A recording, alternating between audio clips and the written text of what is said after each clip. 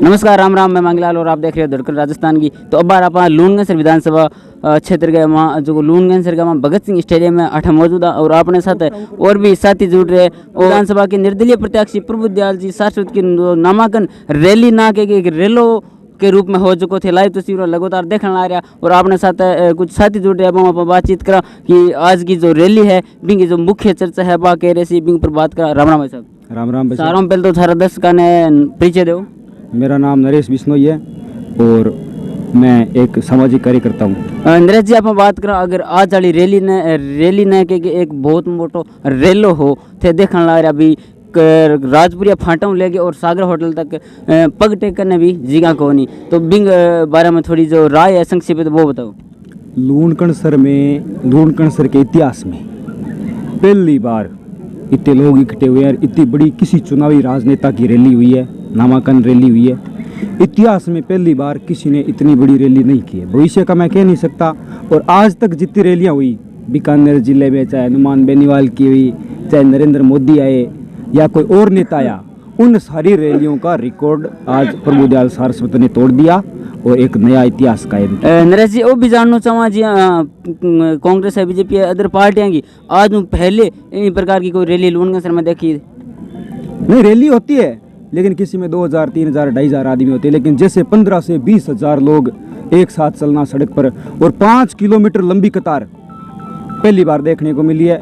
ये एक इतिहास नया बना है लूनकणसर विधानसभा क्षेत्र में। और पहले बार किसी नेता से व्यक्तिगत लोगों के जुड़ाव जो हुए हैं वो प्रभु दयाल सारस्वत से जनता है जो मन बना चुकी है। नरेश जी, वो भी जानना चाह वहाँ की अगर जो प्रभु दयाल जी चुनाव जीतने के बाद में जो मुख्य लूनगंज सरकार का विकास कार्य लिया है बंगिया में बात करा तो जो मुख्य मुद्दा है बे के रेसी। बिल्कुल थारी बात सही है। तो मैं आपको बताऊंगा कि पहला मुद्दा रहेगा लूनकणसर और नापासर को नगर पालिका बनाया जाएगा। फिर दूसरा मुद्दा लूनकणसर में जिला अस्पताल बनाया जाएगा। लूनकणसर में कन्या महाविद्यालय खोला जाएगा। फिर माजन, काड़ू, नापासर और आसपास में जामसर, जेतपुर, ये जो कस्बे टाइप के जो गांव हैं उन गांवों में गवर्नमेंट कॉलेज स्वीकृत होगा, पीएचसी, सीएचसी स्वीकृत होगी। और जो स्कूल है जो क्रमोन्नत हो चुके हैं उनका तो कहूँगा नहीं, उसके बजाय कई 8वीं और 10वीं के स्कूल है उनको 12वीं में क्रमोन्नत करके उनमें अच्छी व्यवस्था और सुव्यवस्थित रूप से शिक्षा के स्तर को बढ़ाया जाएगा। उसके बाद ये जो लूनकणसर एरिया है, ये बैकवर्ड एरिया जिसको बडाण कहा जाता है, यहाँ पीने का पानी नहीं है। आज तक जिन नेताओं ने राज किया है उन नेताओं की वाई राजनीति में जरूर रही है। वो आए, पार्टियों की टिकट लेकर आए, लेकिन आप बडाण के जो 54 गाँव हैं उनमें जाके देखो आज तक पीने का पानी नहीं है। और बडाण की सबसे बड़ी कमजोरी है कि वहाँ कोई अपनी बेटी की शादी करना पसंद नहीं करता।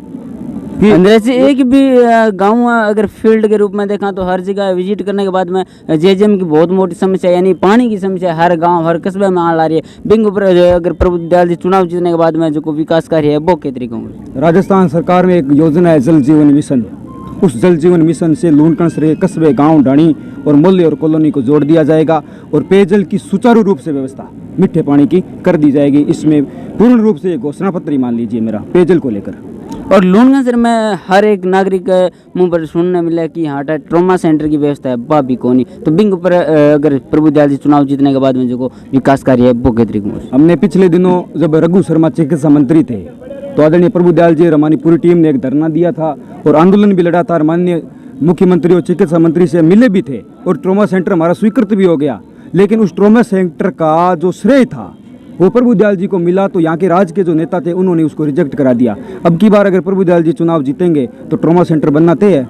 उसका हमने काम लगभग 95% काम ट्रॉमा सेंटर का हमने करवा दिया है। 5% जो बकाया है वो चुनाव जीतने के बाद उसको एनओसी देके और जगह भी स्वीकृत हमने करा दी। जो पुरानी तहसील जी थी जहाँ तहसील भवन था उस जगह को हमने मौका भी दिखवा दिया था। उसकी एनओसी लेनी बाकी थी क्योंकि वो रेवेन्यू डिपार्टमेंट की ज़मीन थी और उसको चिकित्सा विभाग में कन्वर्ट करने के लिए एनओसी तो कम से कम चाहिए, तो वो एनओसी रुकवा दी गई। ट्रॉमा सेंटर का काम छोटा मोटा हो चुका है और एमएलए बनते ही शुरू कर दी जाएंगे। आ रहा है जो अभी आपको मैं एक लूनकणसर की विशेष बात बताता हूँ।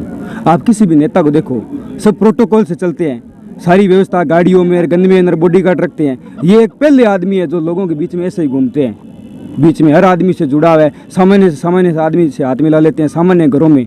और खासकर बात जो हमारी विधानसभा के जो दलित परिवार है उनके घर का ये नेता पानी तक नहीं पीते। ये दूसरे नेता है ना, इनके घरों में जाके प्रभु दयाल जी खाना खाते हैं। और जो ऊंच नीच और छुआछूत का भेदभाव है वो अगर किसी राजनेता ने मिटाया है तो वो प्रभुदयाल सारस्वत ने मिटाया लूण कैंसर में। इस चीज़ का मैं खुद हुआ हूँ। उन्होंने परिवार से जोड़ लिया, किसी को भाई, किसी को बहन, किसी को चाचा, किसी को ना। इन्होंने दलित जो परिवार है, दलित कम्युनिटी के जो लोग हैं, SC ST शेड्यूल कास्ट के जो हमारे भाई बहन हैं, उनको अपने परिवार का हिस्सा माना है। अगर यहाँ सबसे ज़्यादा जो वोट मिल रहे हैं उसमें जैसे मान लो लगभग 60,000 वोट है शेड्यूल कास्ट के भाइयों के, उन वोटों को आज तक किसी ने ध्यान ही नहीं दिया, उनको किसी ने संभाला नहीं। कांग्रेस सोचती थी कि ये तो हमारे पुरजों के वोट है, हमारे पीछे अपने आप आ जाएंगे, सिंबल के पीछे आ जाएंगे। अब देखा किसी नेता को, ये नेता चुनाव लड़ रहे हैं, इनको पूछो ईमानदारी से कि गांव में कभी मेघवाड़ों के, नाइकों के मोहल्ले में जाकर मीटिंग करी है क्या?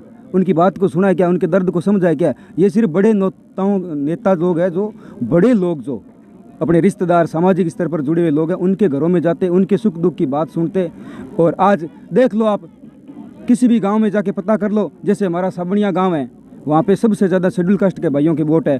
प्रभुदयाल जी सारस्वत को वहाँ 90% वोट शेड्यूल कास्ट के मिल रहे हैं। हमारे साथ लूणगंज विधानसभा से और भी साथी जुड़ रहे हैं और वो चुनावी माहौल चल रहा है, इन पर बात करें तो आपने साथ साथी जुड़े। राम राम भाई साहब। राम राम भाई साहब। सारों पहले तो सारो परिचय दो। मैं नरेश शर्मा, आम कार्यकर्ता। और सबू पहला तो मैं थाने धन्यवाद देना चाहूँ कि धड़कन राजस्थान में थे, मन कीमती समय दिए है। और मैं आने वाले 25 तारीख को होने वाले विधानसभा चुनाव में सबसे पहले बता दूं कि दादे का जो प्यार आपने देख ही लिया है। सबसे पहले कि आज 15 नरेश जी अपन बात करें, दादो एक तो प्यार वाला दादो और एक जगत दादा भी बोला, तो एक किसा दादा है? बिल्कुल, देखो जगत दादे की संध्या ई जनता ने दी है, और वो दादा को प्यार हो जिसको जनता एक जगत दादे के नाम पुकारे, प्रभु दादे के नाम पुकारे, वो दादे को प्यार है। और वो जनता आज थे देख रहा हो, जनता के समक्ष देख रहा हो सबने कि इतो प्यार हो, इतो जन से लाभ उमड़ियो है कि 15,000 प्लस जनसंख्या ज़्यादा आया है। और काफ़ी भारी मताऊँ जीत दिलाने को भी वादों कर गया है अठे।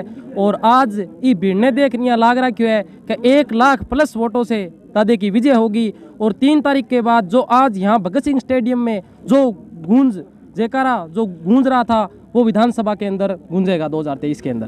सब रात और दिन को प्रभाव पड़े हुए है, 10 गुणा को प्रभाव पड़े हुए है। यानी कि थे समझ सको थे भी देख सको थे देखियो है थारी खुद की आंखें होकर रात दिन को प्रभाव पड़े हुए है। बे लोग तो 70-80 हज़ार वोटा के बीच में ही लड़ता रहे जी, जिका टिकटा ले लेगा या नहीं। थाने सीधी भाषा में कह दूं, जिका टिकटा ले लेगा या बे 70-80 हज़ार के माया रह जासी। और दादो 1 लाख प्लस वोटा जीतन लाग रही है। वो थे आज रैली ने, आज ही रैली ने देख थाने भी अनुमान लाग गयो है ये चीज़ को।